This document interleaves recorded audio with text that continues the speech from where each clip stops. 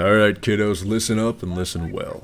I can't tell you what the future holds. I'm no prophet, I don't have any tea leaves, I definitely don't know how to read palms, and the only crystal balls I know of can be located in a hole in the front right pocket of my jeans. But I can assume with relative assurance that at some point or another things will shake out less than peachy on multiple occasions throughout your life. Benjamin Franklin once said something around the lines of, the only things certain in life are death and taxes. Now, I'm not too sure about death because I've never exactly had the pleasure, and I may or may not condone tax evasion, but I can most assuredly say every life invariably has its ups and its downs. Now, this is starting off pretty glum, isn't it? I guess I should probably tell you why I'm saying all this. Life is full of disappointments, so you're gonna have to learn how to avoid or deal with them. And we play Helldivers, so we're gonna deal with more than a few.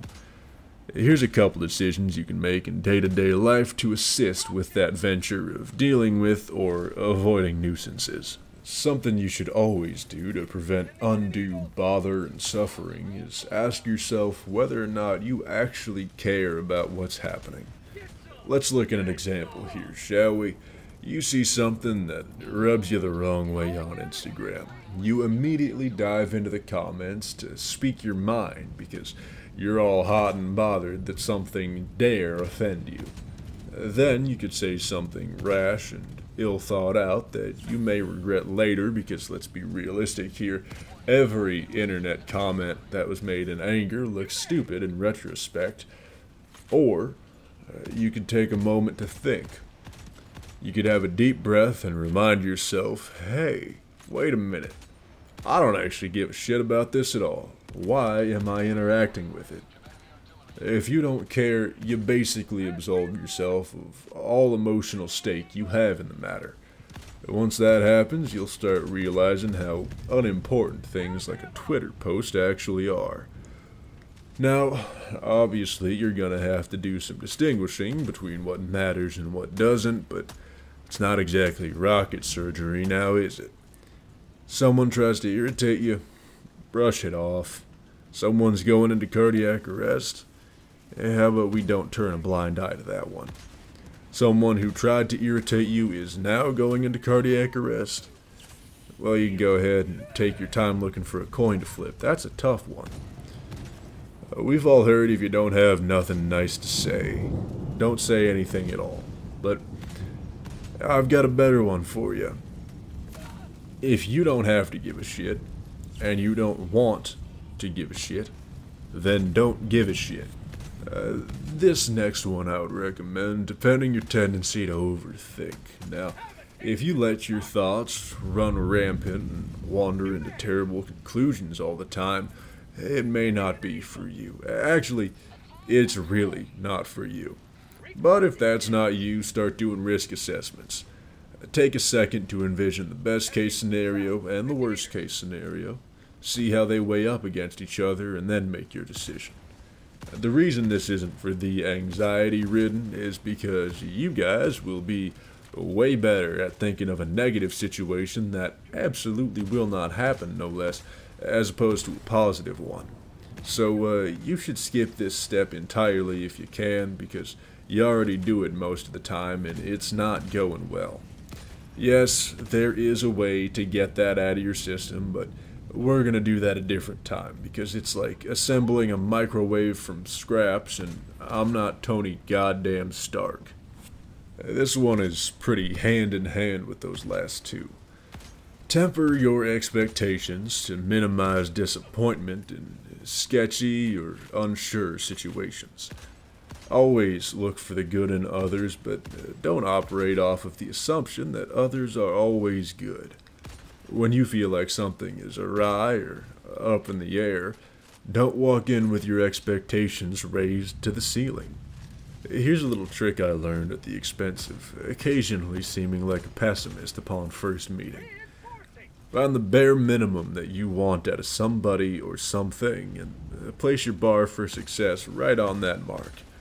Doesn't mean you have to let them get away with things, and it doesn't mean you have no hope for them, but it does set a standard for whether or not you want to be there. After all, you are the person setting the bar. Also, learn to recognize when it's time to raise and lower that bar, or worst comes to worst, call it quits entirely. This next one is to help avoid finding yourself painted into a corner with something that you've said prior. Avoid using absolutes when the future of something is questionable. Not everything needs to be an absolute. We live in a world where everything has to be this or it has to be that, but the truth of the matter is it's a hell of a lot better to operate in the gray.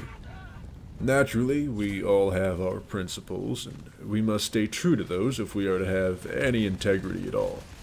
However, when you don't have all the details, it's entirely fine when asked something to respond by saying, "I don't know," or "I'm waiting for more details on the matter." You can stay in that gray area as long as you like to, but when you commit to something, commit to it fully. Every once in a while you'll make a mistake in your commitment, but be forthright with these and recognize when they occur instead of trying to hide them. This way people will value both your candid and responsible nature as well as your loyalty to a cause and the weight of your endorsement. I don't even know where to put this one or how to transition into it, so it's going here. Treat those around you with respect until they do something that makes you lose that respect for them. Then make them earn it back should they want to stay in your good graces. If not, you have no obligations other than legal ones to associate with them. Now, I know I was dropping gems back there, but pull up another higher chair and listen close to me while I say this, because it's the most important message that everything in here ties into. Do not react impulsively. For some folks, a second thought is one more than they can usually afford on a daily basis, so see to it that you are not some folks. You have a brain in your head for a reason. It works, and goddamn it, you will use it. I know better than anybody. When things get intense, it is so very easy to hit that little fuck it switch in your brain, and it's go time from there. Trust me on this one. I didn't get to figure out I looked good in a suit at prom. I figured it out on my court date. It's usually too late when tensions get to a boiling point, so recognize them and put a stop to it when they start building. Because the time to say, "I don't give a shit," is when you can shape it into, "I'm gonna head out," instead of, "I'm gonna teach you how much gravity can suck." Moral of the story is, don't allow something annoying or uncomfortable to break your composure. An unhinged individual isn't good for anything except the butt of a joke or certain operations conducted by three-letter federal agencies. That's all I got for today, but if you have some topics you want spoken about or a certain kind of video you would like to see, shout it out and I'll see what I can do. And apologies if I don't get to the comments. It's been brought to my attention. Every once in a while, a comment will just get clean deleted out of existence unbeknownst to me by YouTube. Also, I'm getting a little burnt out from Helldivers at the moment, as I am level 149 at the time of recording and will likely be 150 by the time this is out. I am dedicated, but I can only stand so much getting shot through walls or chain ragdolls before I need to take a big step back and preserve my own sanity, or what's left of it.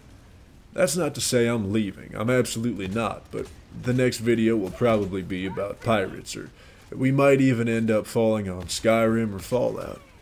Seriously, you guys have no idea how crazy I am about Skyrim. We're talking several thousands of hours completely unmodded here. I used to consider games where my character doesn't speak to be relatively boring for an audience, but now I realize I can just read the dialogue lines out loud like a true maniac, so it basically turns into a blood-soaked, magically illustrated audiobook for you guys.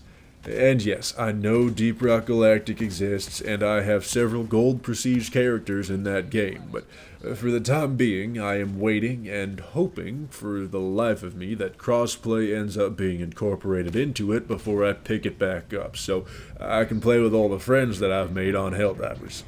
Speaking of friends, join the Discord server and my channel information if you want to meet new people to play with, so long as you meet the age requirement.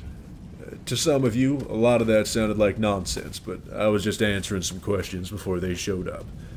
Okay, well, I've said more than enough now, despite saying I was going to stop a while ago, so with that, I bid you adieu and hope you guys have a good night. I will see you on the next one.